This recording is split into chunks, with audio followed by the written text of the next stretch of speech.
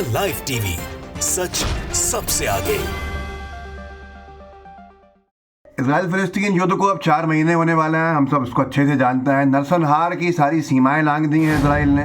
बच्चों को, मासूम बच्चों को हज़ारों की संख्या में अब तक मारा जा चुका है और अब भी मार रहे हैं। जो इजराइल के आतंकी सोच के सैनिक हैं या उनका प्रधानमंत्री जिस तरह का कृत्य करा रहा है सबके सामने है। अंतर्राष्ट्रीय कोर्ट ने इसमें एक बड़ा कदम उठाते हुए अपना पहला फैसला सुनाया है और इस फैसले के बाद जो साउथ अफ्रीका के वकील थे उन्होंने जश्न मनाते हुए अपनी तस्वीरें डाली हैं कि उनको खुशी है इस बात की कि अदालत ने जो फैसला सुनाया है उसमें इस बात को माना है कि ये नरसंहार के जो पॉइंट्स हैं ये सुनने योग्य हैं और ये केस रिजेक्ट करने लायक नहीं है, जैसा कि इजराइल ने कहा था कि इसे रिजेक्ट किया जाए। आज तक ने लिखा है कि जंग के बीच आया इंटरनेशनल कोर्ट का फैसला इजराइल को गाजा में नरसंहार रोकने का आदेश दिया 1 महीने का वक्त।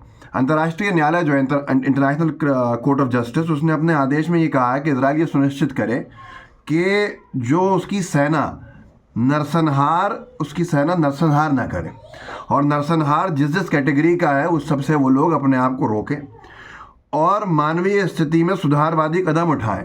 इसके साथ ही अदालत ने इजराइल में से इस मामले में 1 महीने के भीतर रिपोर्ट दीजिए जो आप पे आरोप लग रहा है। असल में इजराइल ने कहा था कि हम जो भी ये फैसले, हम ये नरसंहार के केस हमारे खिलाफ नहीं चल सकते। तो कोर्ट ने उसके अंदर ये बड़ा डिसीजन दिया।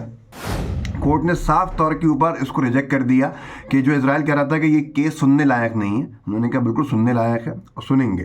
साउथ अफ्रीका ने जो केस फाइल किया, इजराइल का कहना था कि इनको राइट नहीं है। इंटरनेशनल कोर्ट ऑफ जस्टिस ने कहा कि साउथ अफ्रीका को पूरा राइट है ये केस फाइल करने का। उसके बाद the International Court of Justice has authority to rule against Israel war crimes. ये साफ कर दिया कोर्ट ने कि हमारे पास पूरी अथॉरिटी है, पूरा अधिकार है इजराइल के वॉर क्राइम्स के ऊपर फैसला सुनाने का या एक्शन लेने का, और साउथ अफ्रीका का क्लेम रिजेक्ट नहीं किया जा सकता। फिलिस्तीन को पूरा राइट है जेनोसाइड से बचने का, नरसंहार से खुद को बचाने का। The grounds on which South Africa filed the case are logical and principled. जो ग्राउंड्स नहीं है साउथ अफ्रीका ने केस फाइल करने के लिए वो तार्किक हैं और साफ तौर के ऊपर उनके सही होना साफ दिखता है। मतलब उनके ग्राउंड्स जो हैं उसके पीछे उनके तर्क हैं। जो गाज़ा में लोग हैं उनको परेशान किया गया है, उनको पीड़ित बनाया गया है, उनको उनके जीने के अधिकार से वंचित किया गया है और आज की तारीख में उनके साथ परेशानी है खाने की, पीने की, पानी की, खाने की और दवाओं की। इजराइल तुरंत गाज़ा पे किए जाने वाले हमलों को रोके और इजराइल जो ह्यूमन राइट अब्यूज़ कर रहा है, मानव अधिकारों का उल्लंघन कर रहा है, उनको फ़ौरन रोके। इसके आगे है कि the Israeli army must stop human rights violation. Israel की सेना मानव अधिकारों के उल्लंघन को फ़ौरन रोके। ये भी है आगे, allow Israeli humanitarian aid to arrive. Israel humanitarian aid को जो रोका हुआ है उसको अलाउ करे कि जो मानवीय सहायता है उसको पहुंचाया जाए अंदर, उसको रोका नहीं जाए।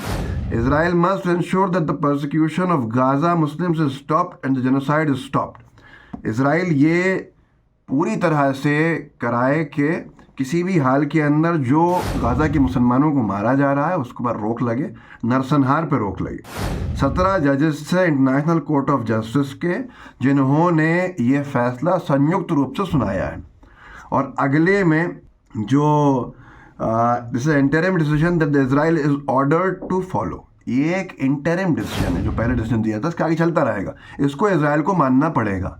साउथ अफ्रीका ने इस पूरे फैसले को एक तरह से अधिकार और न्याय की जीत बता दिया है और जिस तरह के डिफाइनिंग मोमेंट है। गोदी मीडिया कुछ भी लिखे, गोदी मीडिया आपको ये सुनाएगा कि नरसंहार की मांग करी थी रोकने को, सीज फायर की मांग करी थी, युद्ध विराम की मांग करी थी, कोर्ट ने रिजेक्ट कर दिया। ये सब बकवास बातें हैं। गोदी मीडिया आपको मेन बात नहीं बता रहा है जो इजराइल के ऊपर कोर्ट ऑफ जस्टिस ने अंतर्राष्ट्रीय स्तर पर कहा है।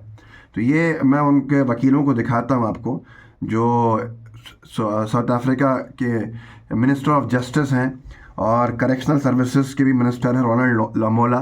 वो जश्न मनाते हुए नाच रहे हैं जब ICJ international Court of justice की रूलिंग आई है इजराइल के खिलाफ जो क्राइम्स गाजा में हो रहा है। देखिए ये डिफाइनिंग मोमेंट है इतिहास का, देखिए इसमें।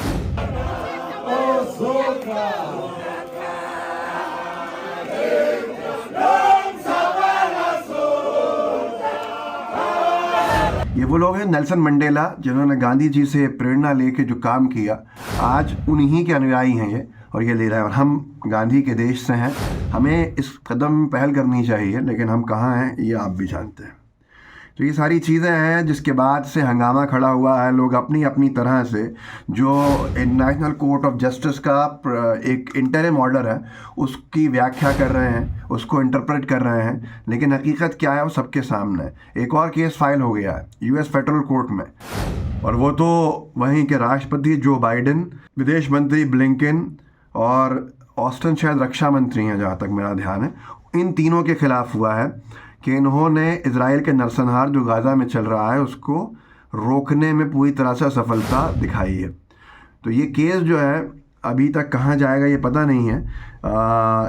ये डेना टकुरी करके आया, हो सकता है जर्नलिस्ट उन्होंने लिखा है इसके अंदर कि ये केस जो है फाइल हुआ है, शायद कैलिफोर्निया के कोर्ट में फाइल हुआ है। ये है डिफंड इजराइल नाउ करके एक ट्विटर पेज है, उन्होंने लिखा जो बाइडेन, एंटनी ब्लिंकन और ऑस्टिन लॉयड के ऊपर केस किया है नरसंहार को नहीं रोकने के सिलसिले के अंदर, नॉर्दर्न डिस्ट्रिक्ट है कैलिफोर्निया की, वहाँ पर। तो ये सारी चीज़ें हैं, लेकिन जब शुरुआत हुई थी इन सारी चीज़ों की, 1000 बच्चों को तब तक मारा गया था, अब तक 13,000 से ज़्यादा मारे जा चुके हैं बच्चे। देर आए दुरुस्त आए भी कहना सही होगा या नहीं होगा मुझे नहीं मालूम, लेकिन नुकसान जिस स्तर पे हुआ है वो आपके सबके सामने है। इजराइल को अंतर्राष्ट्रीय कोर्ट क्या कहेगा, रोकने की तो बात हो गई, लेकिन जितना उसने नुकसान पहुंचा दिया उसका क्या होगा। अमेरिका और यूरोप उसके डिफेंस में नहीं आ पा रहा है इंटरनेशनल कोर्ट ऑफ जस्टिस के इस ऑर्डर को रद्द कराने में। ये अजीब सी चीज़ें हैं। क्या पूरा मौका दे दिया गया है इजराइल को नरसंहार का, और उसके बाद कहा जा रहा है कि आप रोक दो, बहुत हो गया नरसंहार।